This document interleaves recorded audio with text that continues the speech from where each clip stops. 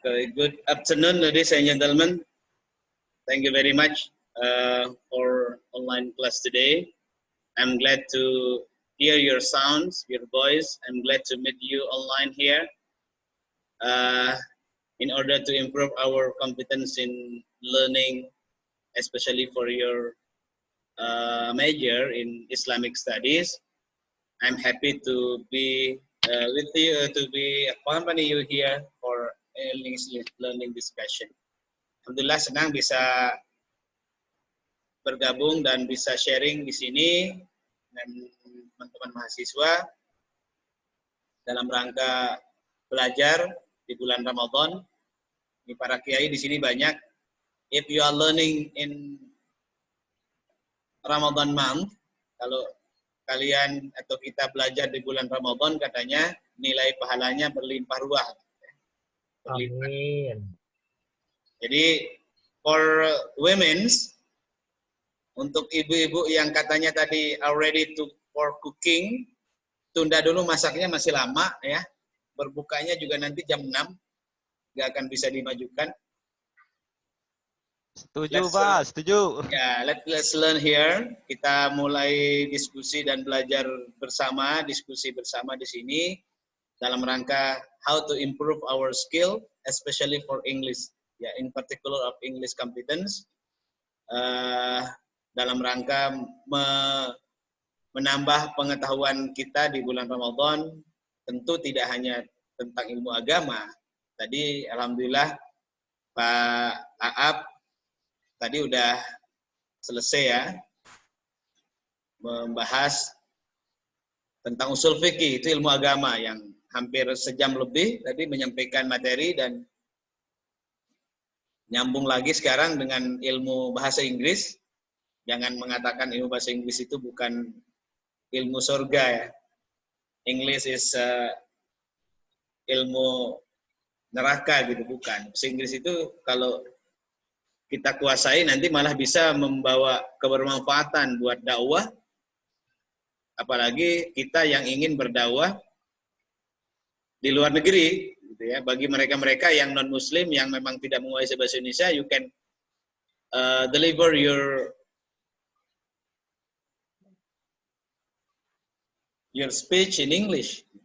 Anda bisa menyampaikan pidato Anda atau dakwah Anda pakai bahasa Inggris, sehingga akan lebih banyak orang yang mengenal Islam, kemudian kita bisa menyebarluaskan Islam di kalangan-kalangan luar sana.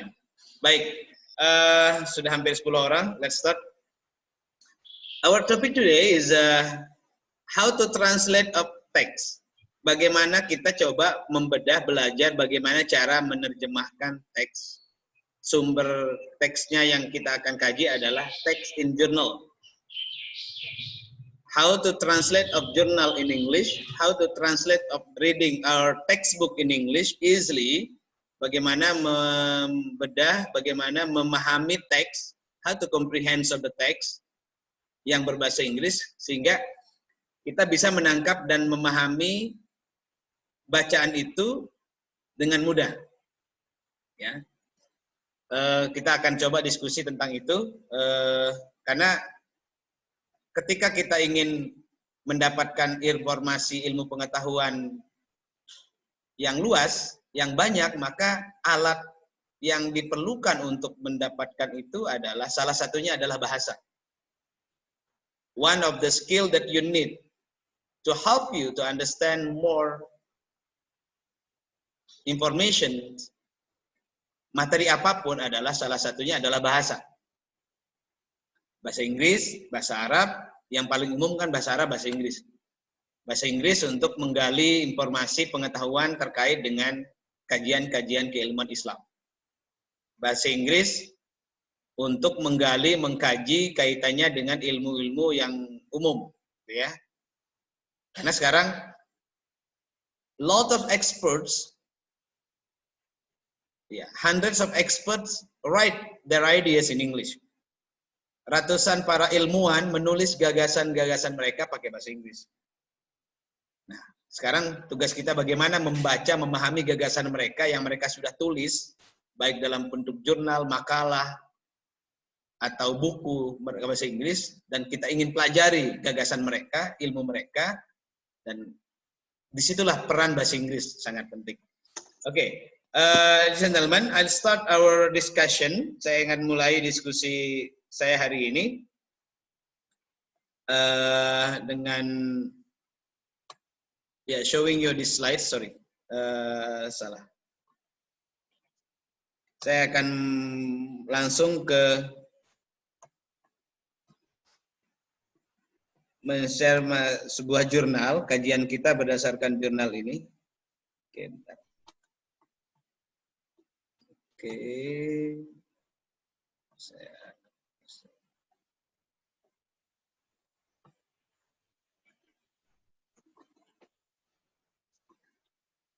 Wait.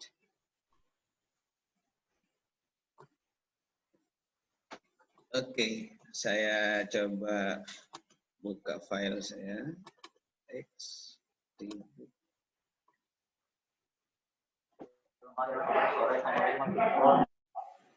Oke.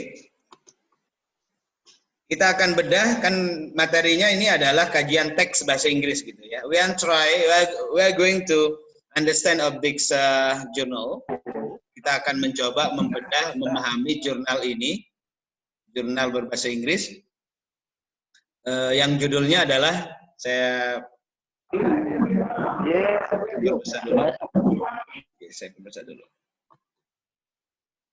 Bisa dibaca di slide di layar? Bergantung handphone ya, depending on your smartphone. Kalau handphonenya agak besar, mungkin jelas. Okay, let's practice to understand of reading text, of reading journal. Tidak ada gambarnya, Pak Dokter. Tidak ada gambarnya. Ada. Tidak ada. Ada tulisan. Tulisannya nggak muncul juga. Bentar. Sudah muncul nih. Saya cek lagi.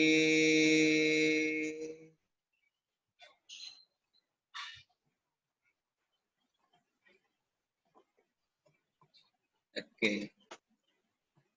Sudah? Belum. Sudah? Saya ada, Pak. Masih file-file gitu, file-file. Sekarang sudah? Masih belum. Itu daftar file Pak yang tampil. Daftar file, Pak. Ini saya sudah buka filenya. Belum terbuka. Tapi Belum belum terbuka. daftar, masih. Baru daftar filenya yang muncul. Baik, Iya, File belum D-nya gambar. itu. Wait. Saya stop share. Saya share lagi. Dan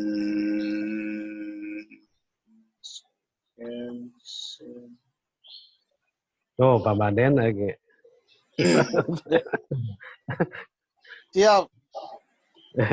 Siap karena bikin karena kajiannya itu Pak Baden. udah belum? Masih belum, Pak. Ada. Udah. Just writing, yeah. Not picture, Yes. yeah. This is a Alright. text, right? We Okay. try to understand. This is journal. Yeah, of but actually it's journals in English. Karena I told you before, sebelumnya udah sampaikan bahwa one of the resources, a very important resources for student to understand the new issue in education adalah in journal. Sebelumnya malah kemarin I asked you to analysis of the journal, memahami isi jurnal, karena journal is commonly discuss about the new issue based on the research, based on empirical studies. Karena itu jurnal itu biasanya sangat bisa dipercaya dan biasanya hot, isunya terbaru ketimbang kalau misalnya kita membaca buku misalnya. Kalau kita baca buku kurikulum, kalau bukunya terbitan tahun 90 maka tentu it is out of date. Karena kurikulum kita kan sudah berubah kemana-mana misalnya. Atau kalau misalnya we are talking about the methodology of teaching, metodologi mengajar misalnya. Tapi kita baca buku yang terbitan tahun 2000 misalnya. Tentu the book is not relevant with the current issue, with the current with modern issue, karena buku tahun 2000 belum canggih teknologi pembelajaran atau medianya. Begitu kita belajar teknologi pembelajaran atau media pembelajaran tahun 2020 dengan membaca buku terbitan tahun 2000, maka itu tidak relevan. Nah, karena itu rata-rata jurnal itu membahas atau membedah hal-hal yang terbaru. Oke, karena itu I recommend you all students, saya merekomendasikan semua mahasiswa untuk nanti pada saat nulis tesis, Anda bisa menggunakan jurnal. Malah semakin banyak jurnal, semakin bagus sebuah karya tulis. Malah ketika saya S3 itu, saya disarankan untuk menggunakan jurnal ketimbang menggunakan buku-buku. Kalau bukunya itu dibatasi. Buku yang digunakan tidak boleh terlalu tua. Misalnya di tahun 2015 ke atas gitu ya. Karena untuk beberapa mata kajian, kalau bukunya terlalu tua, itu sudah nggak relevan dengan zaman. Sama jurnal juga, kenapa ini penting untuk kita kuasai jurnal? Karena ini bisa menjadi sumber-sumber referensi terbaru yang berdasarkan hasil empirik dan sebagainya. Oke, let's start. Ladies and gentlemen, let's see. Ini judulnya adalah The Use of ICT. I take up this topic because I also interested in ICT. The use of ICT. Nah, ini saya kira semuanya sudah bisa menangkap. The use of ICT in teaching Islamic subject misalnya in Brunei Darussalam. Yang saya ingin garis bawah ini, terjemahannya ini kira-kira gimana? Penggunaan ICT dalam pengajaran agama, misalnya kan gitu ya. Tapi yang saya ingin garis bawahi, kata use di sini, Bapak Ibu, the word use here is not only one meaning. Kita bisa menerjemahkan kata use dengan misalnya kalau di sini boleh kita terjemahkan penggunaan, pemanfaatan, penerapan gitu ya. Secara makna kamus kan use artinya pakai atau gunakan, menggunakan. Tapi dalam memahami sebuah teks, tidak kaku hanya satu makna. Yang paling penting adalah apakah kata itu, kalimat itu keluar maknanya dari maksudnya atau tidak. Selama itu tidak keluar dari maksud sebenarnya, maka boleh kita terjemahkan. Contoh, tadi saya gunakan kata the use of ICT, penggunaan ICT. Saya ubah sekarang. Maknanya menjadi penerapan. Penerapan ICT dalam pengajaran. Itu kan tidak merubah substansi makna. So you can say the use itu biar boleh diterjemahkan penggunaan, pemakaian, penerapan, pengintegrasian misalnya, walaupun agak beda. Tapi ketika kita menerjemahkan pengintegrasian pun, this sentence it is not different meaning. Nah itulah pentingnya kita, salah satu caranya adalah jangan kaku untuk menerjemahkan sebuah kata berdasarkan makna kamus. Karena ketika itu kita gunakan, maka seringkali maknanya jadi agak membingungkan gitu. Oke. Nah, ini contoh sederhana. In teaching Islamic subject, dalam pengajaran subjek, pelajaran, mata pelajaran agama Islam tentunya. In teaching dalam mengajar, dalam pembelajaran. In teaching ini bisa kita terjemahkan dalam mengajar, dalam pembelajaran, dalam kegiatan belajar, dalam proses pembelajaran gitu ya. Yang intinya adalah bahwa substansi dari kalimat ini bagaimana how to use of ICT in process of teaching of Islamic subject, Islamic education dalam pendidikan Islam. Well, I show you this. Ini abstraknya. Jadi dalam sebuah jurnal, Bapak Ibu sekalian, saya introduce you about the journal.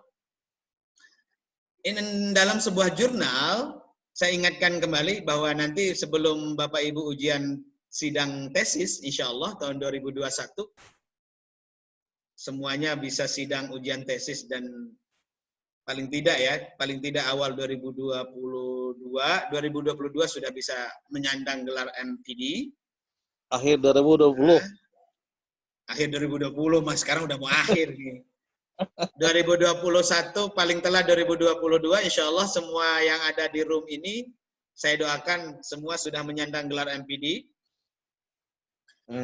Gelarnya. Nah, nanti salah satu syarat untuk bisa ke situ kita sudah membuat aturan bahwa mahasiswa disarankan untuk membuat sebuah jurnal.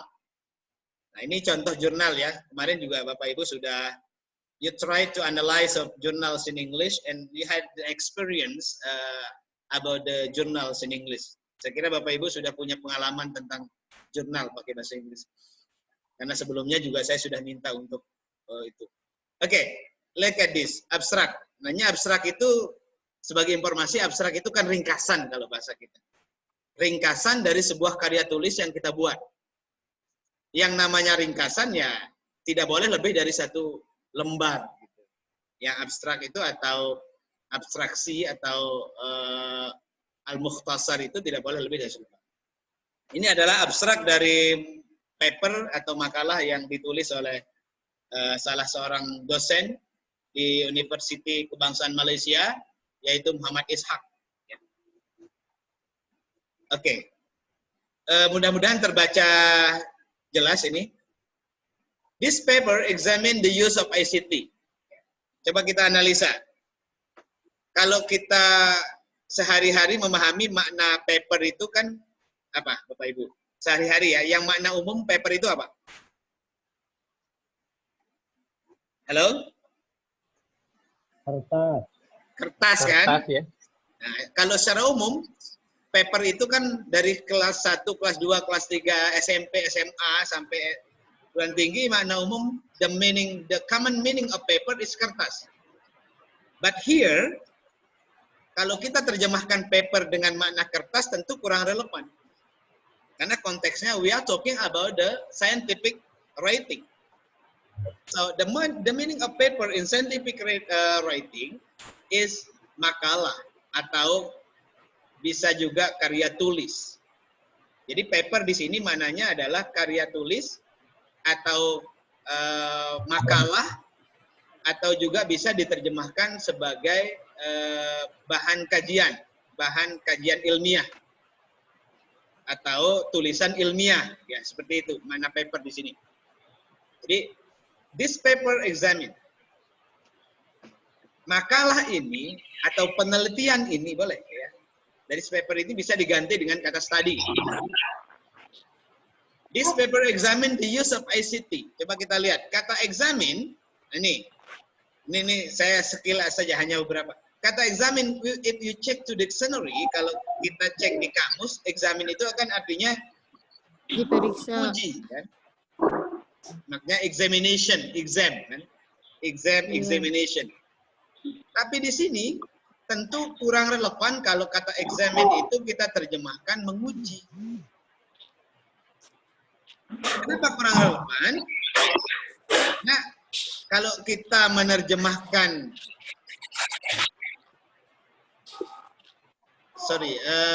tolong yang masih belum di mute ya, tolong yang masih belum di mute, minta dibantu di mute. Ada beberapa suara yang masih masuk ke sini. Ini sini hujan besar di kampus, jadi suaranya mudah-mudahan tidak terganggu. Jadi kata examine kan makna umumnya, the common meaning is examine is menguji. Tetapi dalam konteks kalimat di sini tentu makna yang tepat bukan menguji. Tapi dia akan memiliki makna yang berbeda, gitu ya. This paper examine the use of information and communication in teaching Islamic subject. Jadi makalah ini, paper ini, atau karya tulis ilmiah ini mengukur atau membahas, meneliti, gitu kira-kira ya. Membahas, mendeskripsikan, menelaah gitu. Bisa terjemahkan seperti itu. Menelaah atau mengkaji. Boleh. Jadi tidak kaku dengan satu makna. The use of ICT, penggunaan ICT, penerapan ICT tadi, in teaching Islamic subject in religious school.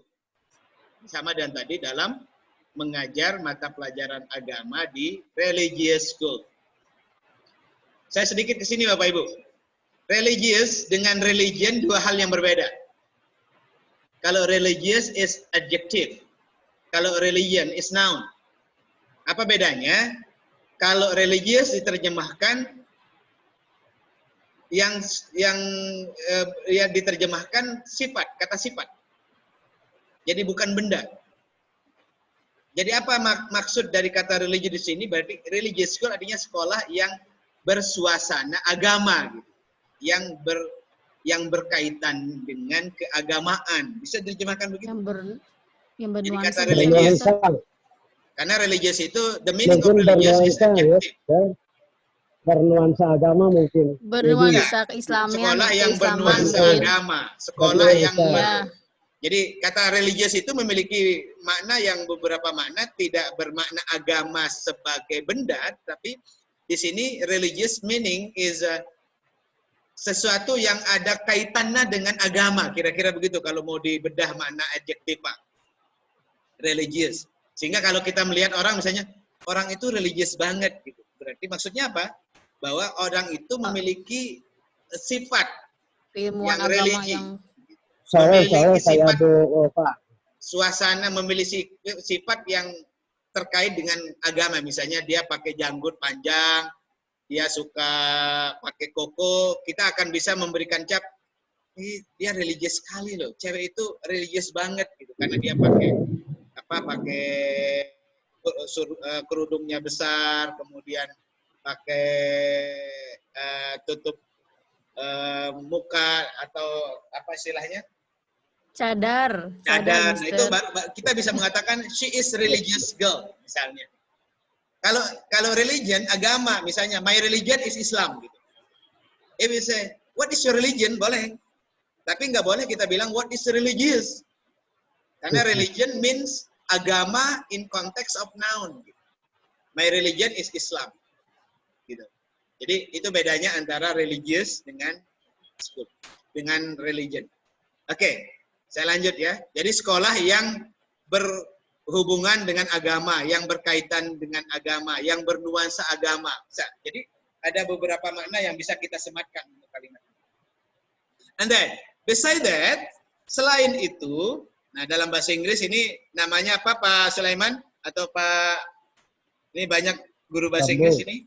Conjunction, oke? Conjunction. Sebetulnya begini, tanpa that pun, kalau misalnya kita buat kalimat beside saja, di situ sudah bermakna di samping itu. Tapi di sini menggunakan beside that juga nggak salah gitu ya. Beside that, this paper also studies.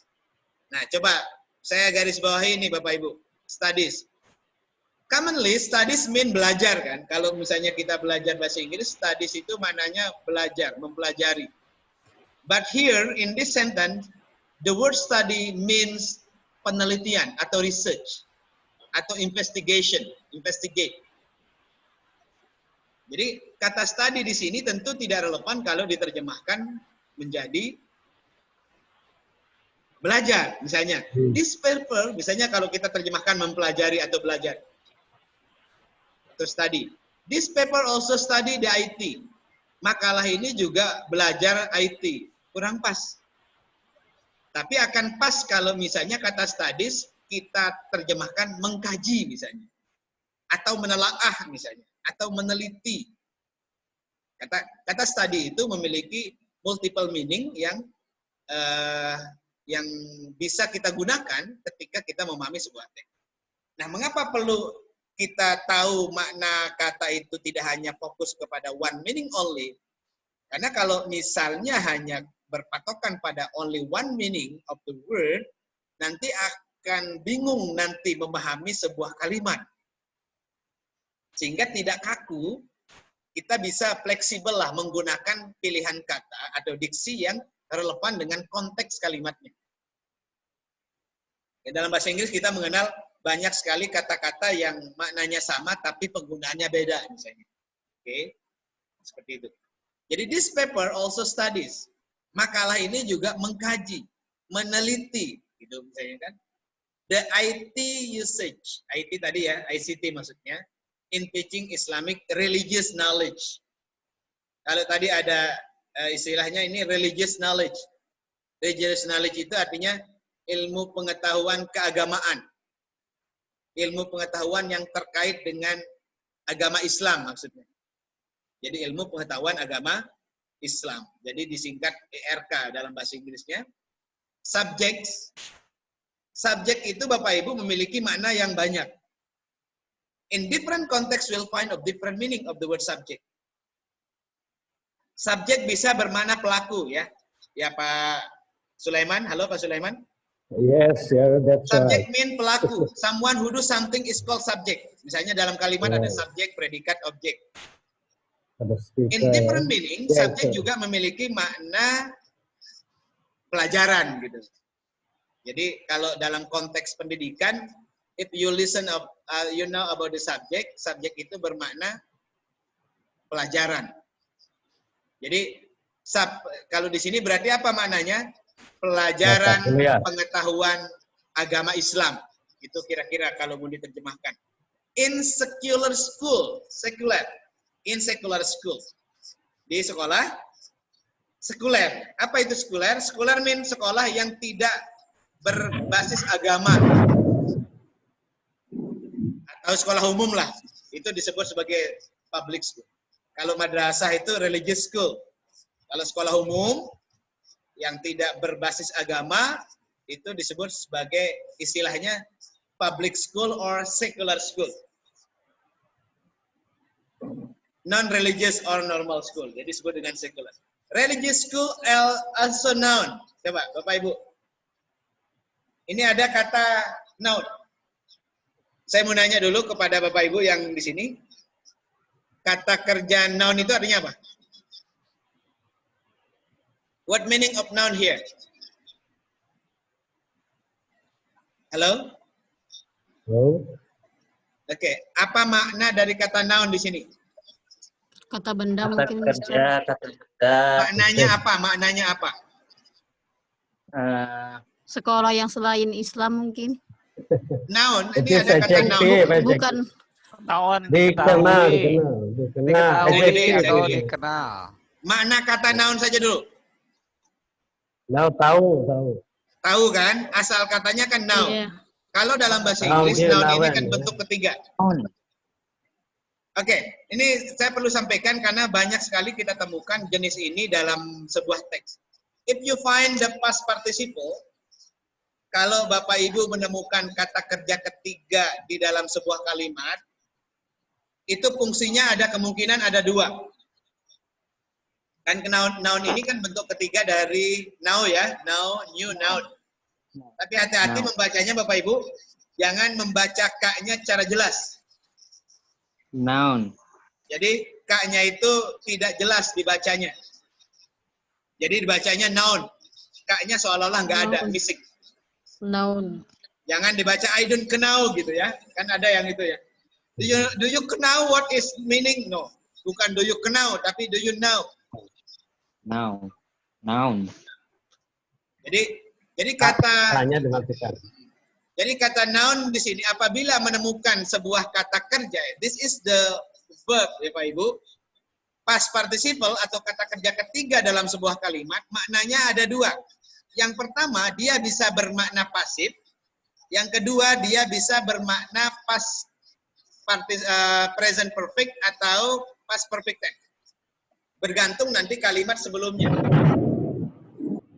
Kalau kata sebelumnya ada have, ada has, kemudian atau ada had, maka dipastikan kalimat itu adalah perfect ya Bapak Ibu. Perfect itu adalah kalimat yang bermakna lampau. Ya, kalimat yang bermakna lampau. Akan tetapi, if you find the past participle in the beginning of the sentence, in the middle of the sentence, kalau kita menemukan ada kata kerja ketiga, apapun kata kerjanya di tengah, makna keduanya adalah kemungkinannya dia bermakna kalimat pasif. Bapak Ibu, kalimat pasif itu apa? Kalimat pasif itu adalah kalau dalam bahasa sederhananya kalimat yang diterjemahkan di. Kalimat yang diterjemahkan di atau ter. Lawanannya adalah kalimat aktif. What is the active sentence? Kalimat aktif itu adalah kalimat yang diterjemahkan me atau be kalau bahasa Indonesianya. Nah, kata noun di sini karena dia bentuk ketiga, kalau kita lihat dari konteks kalimatnya, ini memiliki makna sebagai perfect atau makna sebagai kalimat pasif, Bapak Ibu. Halo? Jadi kata noun di sini, kalau kita lihat konteksnya, maka ini lebih relevan diterjemahkan sebagai kalimat pasif. Walaupun kalimat pasif pada umumnya diikuti oleh to be sebelumnya. Tapi ada kalanya tidak. Sekali lagi, secara umum kalimat pasif itu kan to be, am, is, are, was, were, atau been, baru diikuti oleh kata kerja ketiga. Tapi kita akan sering menemukan ada kata kerja ketiga yang memiliki makna pasif di atau ter di tengah kalimat, tapi sebelumnya tidak ada to be. Ya misalnya begini, mungkin Bapak Ibu pernah lihat ada pengumuman misalnya wanted. Wanted itu di situ kan diterjemahkan pasif Bapak Ibu, dicari atau diburu. Jadi kata wanted di situ bermakna pasif walaupun tidak ada to be-nya, gitu ya. Ada kalanya begitu. Kata noun di sini memiliki makna pasif sehingga terjemahannya pun harus diterjemahkan secara pasif, yaitu di. Jadi apa makna kata noun di sini Bapak Ibu?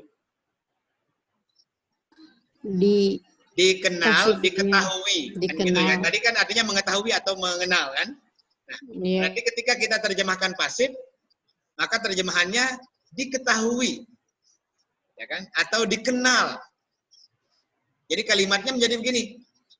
Religious school, saya bergeser supaya agak besar, also known as Islamic school.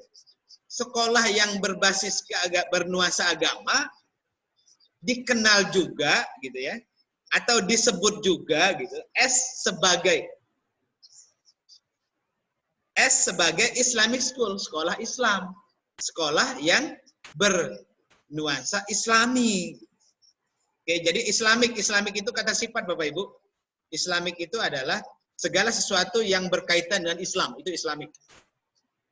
Kalau Islam itu kata benda, sama dengan tadi. Kata religion dengan religious.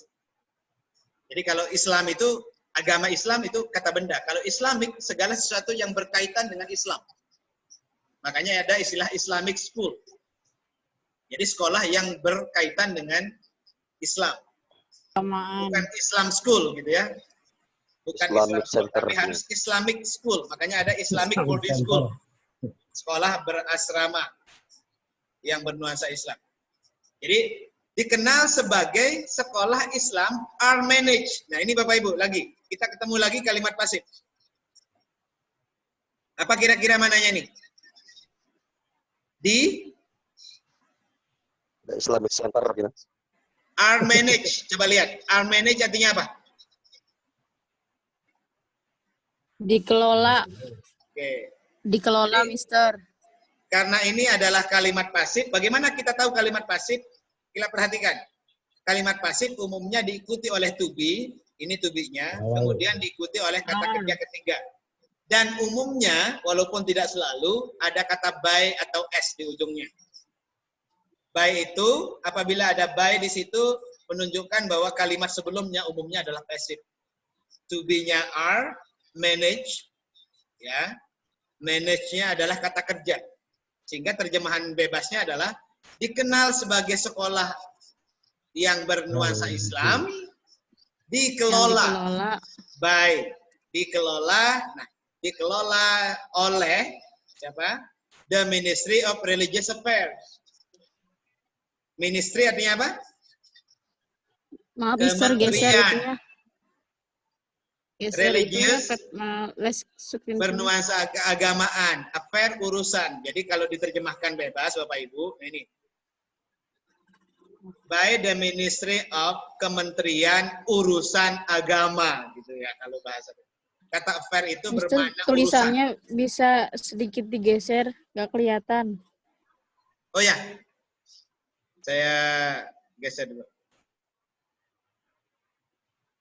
Baik, jadi the Ministry of Religious Affairs artinya Kementerian Urusan Agama, atau kalau kita Menteri Agama lah. Kata affair di situ bermakna urusan.